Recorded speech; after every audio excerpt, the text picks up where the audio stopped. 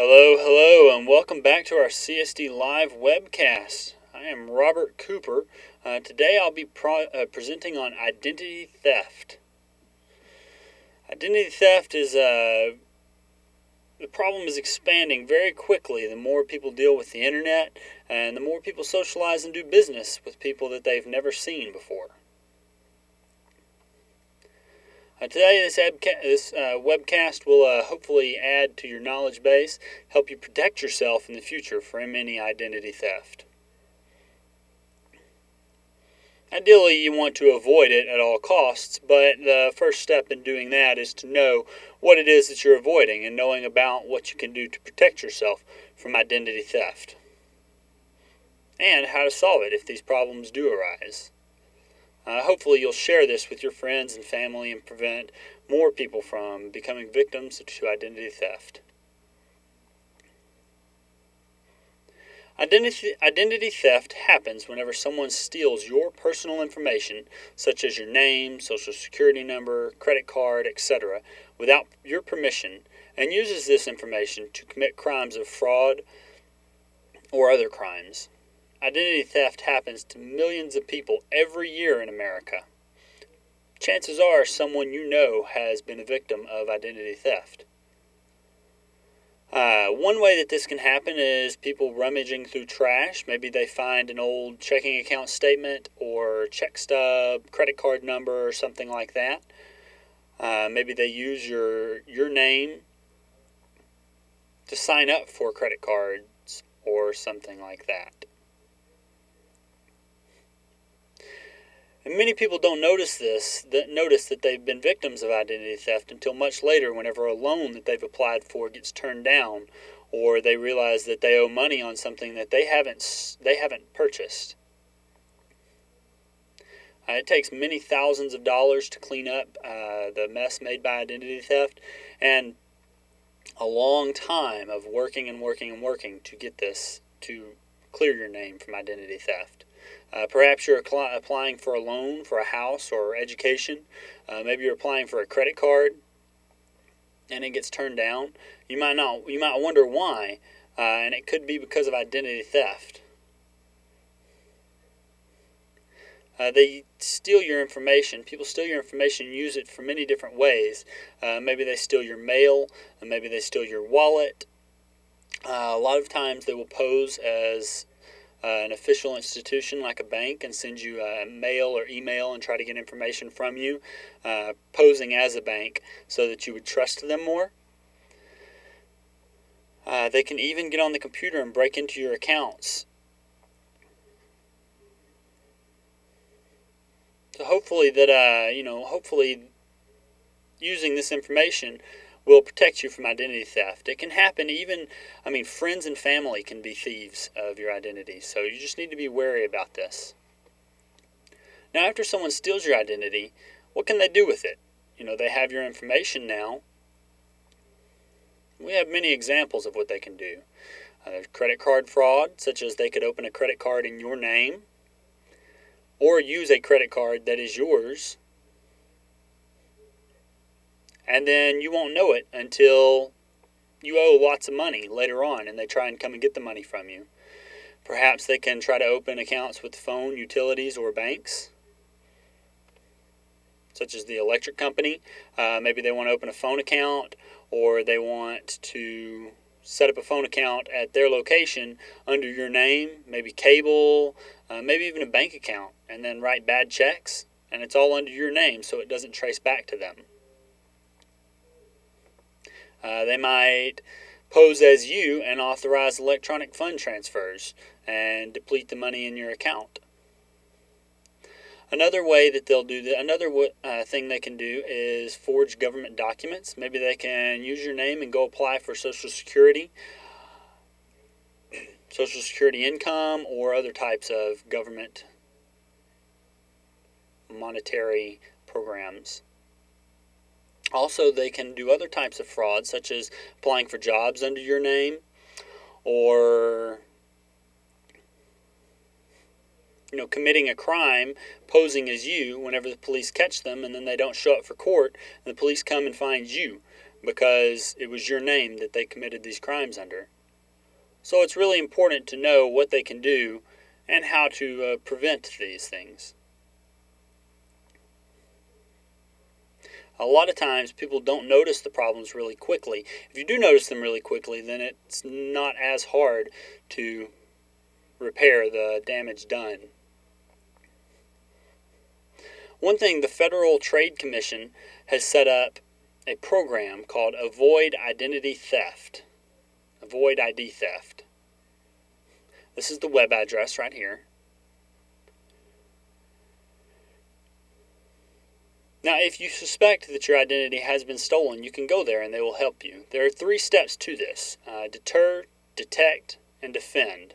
And you notice we have little symbols here that match with each of these 3 components.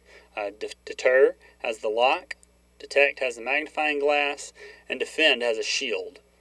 Just like you're fighting to keep your identity safe. Now we'll focus on deter. This is regarding protecting your information, such as, if you have any papers that you're going to throw away, shred them so that if anybody does find them, they're unable to use the information that they find. Another thing is protecting your Social Security number. Very few places actually need your Social Security number, and the few that do have a good reason. So just be careful with that. Also, don't give out personal information unless you absolutely must. Another way to protect yourself is to not use passwords that are the same for everything that you have, or just easy one-word passwords. You want to make it hard for someone to find that password.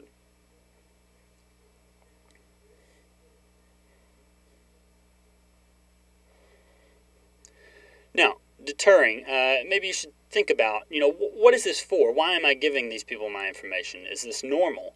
If the police or bank sends you an email asking for information, that could be pretty fraudulent. Police and banks typically don't send emails asking for information, so you should probably disregard that. Also, you want to focus on and deal with people that you know who they are, or you can actually see them or where they're located. If you can't see them or you can't find the office that they're located in, it's probably not a good idea to do business with them. Also, if you feel hurried or pressured to give them the information, then that's probably not a valid organization either. Most of the time, if it's an emergency, people will come to you in person and ask for money. If you get a page from a family member or friend saying, "Hey, I need some money, wire it to me," you should be wary of things like that. Another thing is ask questions. Do not be afraid to be assertive and ask questions. You want to feel comfortable with who you're giving your money and identity and information for, too. The next is detect. It's important to be aware and be alert and watchful. Double check and do some research into the organizations or agencies that you're giving your information to. Also, inspect your credit report and financial statements. Make sure that they look appropriate, that there's nothing on there that you didn't know about, and things like that. Keeping up to date on these and keeping yourself aware of any changes or anything in your credit report or financial statements makes it easier to fix damages done by identity theft should someone steal your identity. Now, there's a law saying that you can get a free credit report from each of the 3 credit bureaus once a year. That's Equifax, Experian, and TransUnion. You can contact them directly, or you can get them all 3 at the same time. You can go to freecreditreport.com, and they have this information where you can find your credit reports. Also, anytime you apply for a loan or anything like that, maybe for a credit card, if they decline your application, then that's called a negative decision. Anything negative decision would include higher payments, more of a deposit, higher interest rates. If there is a negative decision, they have to tell you within 30 days, and you have the right to look at your credit report and see why they turned you down. This is another way of detecting any fraudulent activity that's going on under your name. Unfortunately, the law doesn't include anything about positive decisions, meaning if you get approved for the loan, you have good payments, low interest rates, things like that, you might not can access your credit report for free. You can go to this link, annualcreditreport.com, and find your credit report. It's free. You can only do it once a year, but you can do it once every year. And there's no cost to do that. I would suggest doing it once a year. Anything more than that is probably going to cost you money, but once a year is probably enough. Lastly, defend. And take action to stop any damage done to your identity. As soon as you suspect that something is fishy, something's not right, you need to act right away. And nowadays you can place fraud alerts on your credit reports by calling each of these 3 numbers for Equifax, Experian, and TransUnion.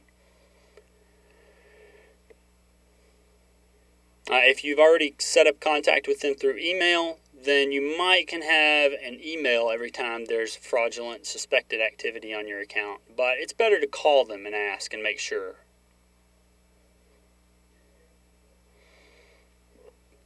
Now also, if you're applying for anything and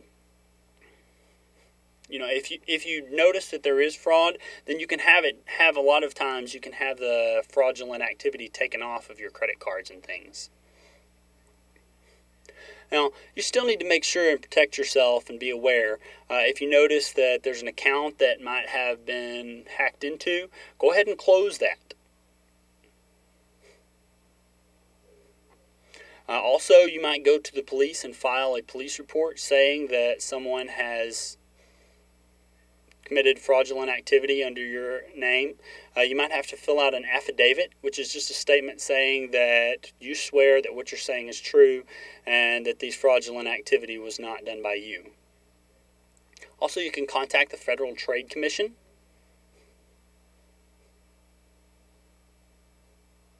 The reason you would contact them, they work with many police and other law enforcement agencies and try and catch people who steal identities, and having more information would lead to a higher success rate for them.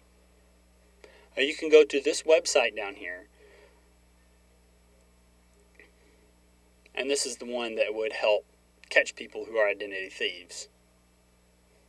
Also, now, if you have any questions, you can please just email us at csdlive@c-s-d.org, or you can contact us at the Project Endeavor Center.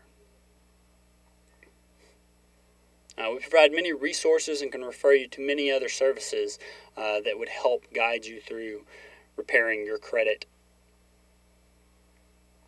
So thanks for joining us today, and we look forward to you joining us in the future. Bye-bye.